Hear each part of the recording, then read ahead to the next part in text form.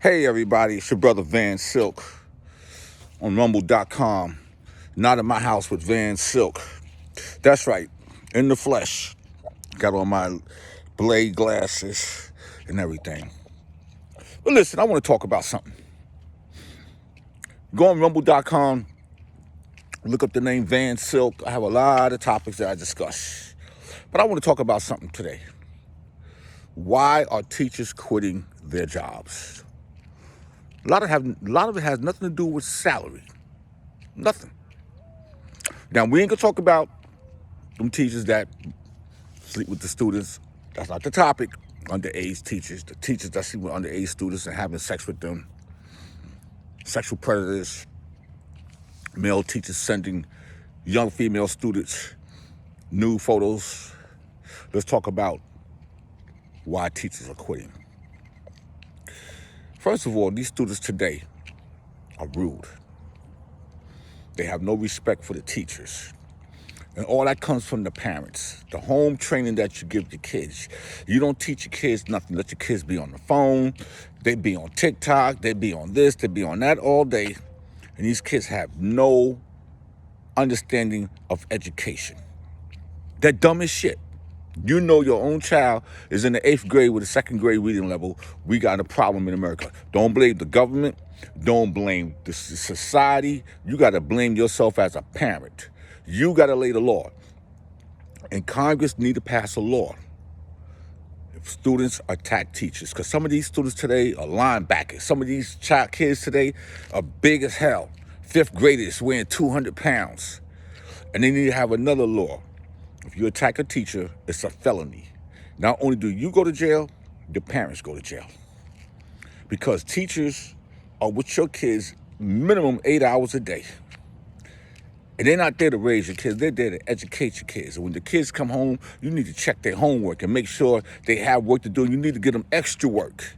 Take their phone away. Because all these kids do their homework by phone anyway or by their laptop. They're not learning shit. Nothing. But here, I want y'all to check out these videos that are coming up right here on why teachers are quitting and why kids can't read. This your brother Van Silk, not in my house. Check me out on Rumble.com. Support, follow, leave your opinion. I'm out. I'm in my 19th year as a teacher. I love teaching, and I'm very good at it, which is why it breaks my heart to say that I updated my resume for the first time in 19 years, because I'm not sure I can do this for much longer, financially, emotionally, and mentally. It's breaking me, and I know so many teachers can relate. And the sad thing is, I always dreamed of being a teacher. So many teachers dreamed of becoming teachers. So what does it say about society and the education system when you have people who are doing their dream job and are choosing to leave it because they can't do it much longer? And this is not complaining. Something has to happen.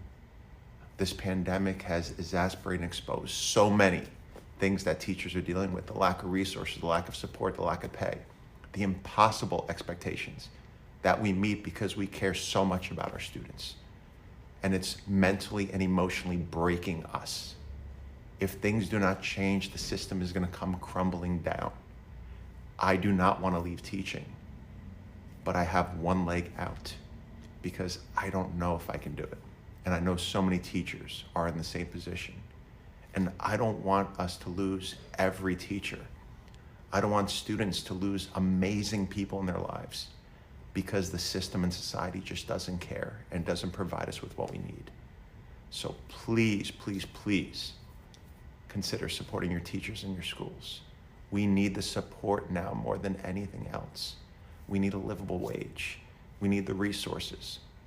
We just need to know that people are invested in us and our schools as much as we invest in our students.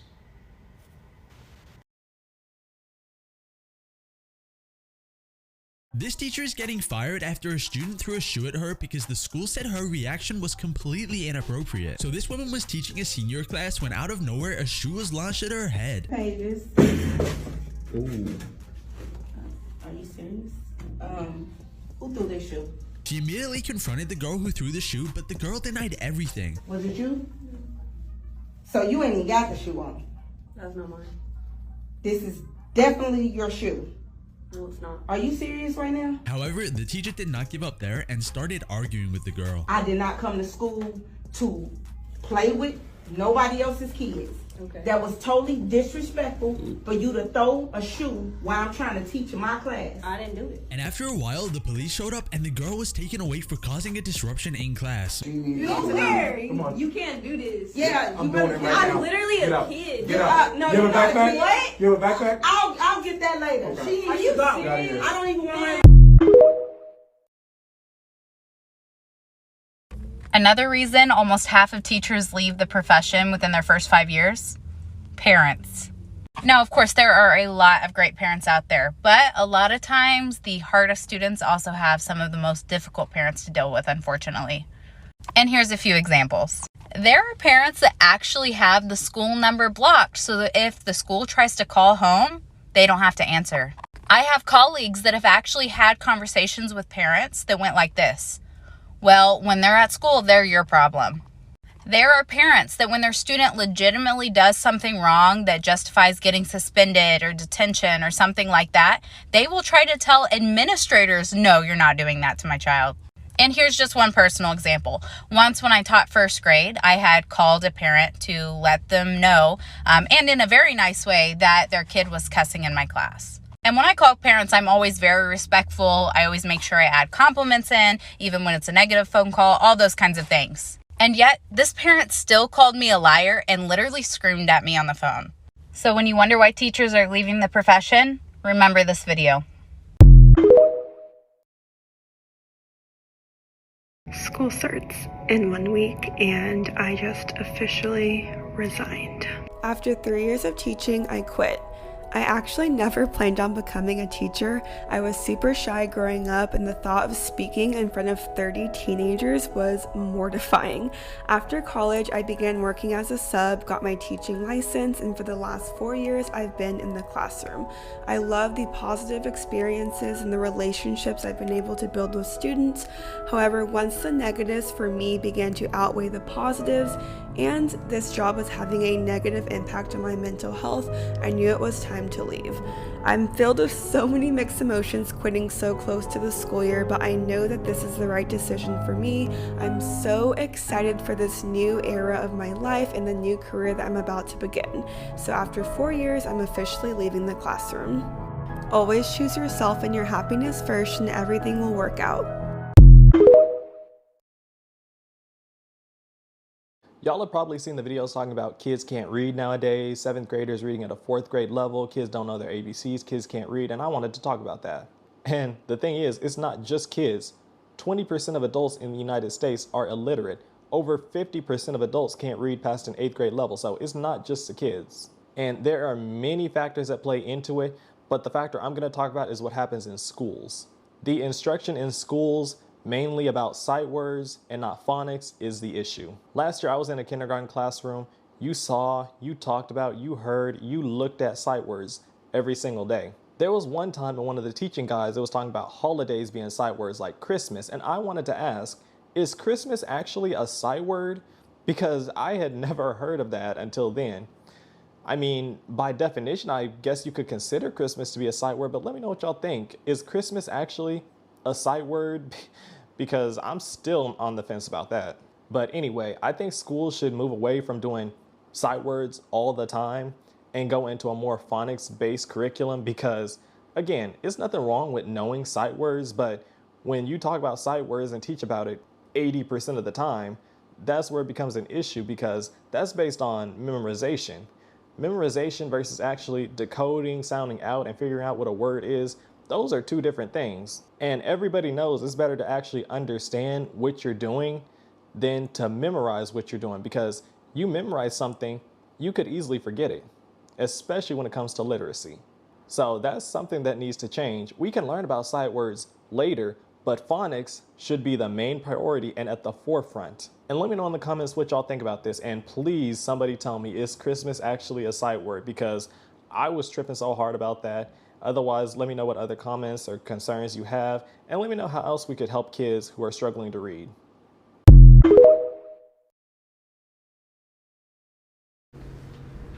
Well, I'd like to see you come up here and do one of these Shut problems. the fuck up talking to me, Mr. Johnson, before I come knock the motherfucking glasses off your face. And that's on my dick or my head. Didn't I tell you earlier today? I said, Shut the fuck up talking to me! Markel, I said I do not talk to you that way, and I would appreciate it if you did not talk Shut to the me fuck that up way. talking to me! I do not curse at you. Have I ever cursed at you? Yes. I have never cursed at you. Yes, you have. You know that's not true. I bet I can put up some problems that you won't even know, Mr. Johnson. You probably could. Exactly.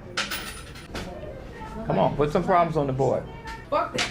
I tell you. Fuck you. Fuck you. Give your fuck number. you. Fuck you. Oh, that's my tray. Get away from the computer.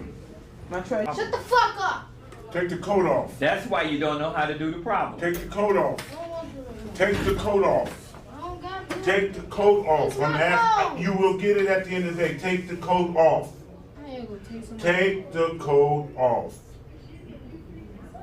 I'm asking you to take the coat off. One more time, Markel.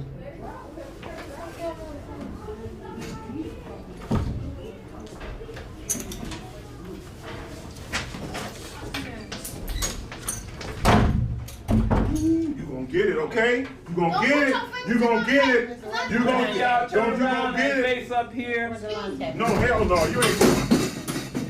Grip me if you want to. I ain't touching you. You want to over the thing. You ain't going out the room. Bird, have a seat. Break it. Go on, break it. Go on, break it. Bird, Go on, break it. you got 5, 10, 15, 20. You got Go ahead, like go 45 ahead, that's minutes. what they Have want. a seat. Let me out. I'm not. You don't leave because you want to. Lock the door. No. You break that, you really going to jail. Move. Get away from me. No. Get away from me. No. Montreal, if I change that number, then you know what to do next time. Montreal, do you know what to do this time? Here, you want to come up here and work it?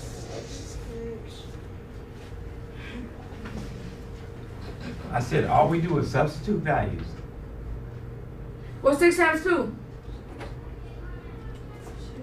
12.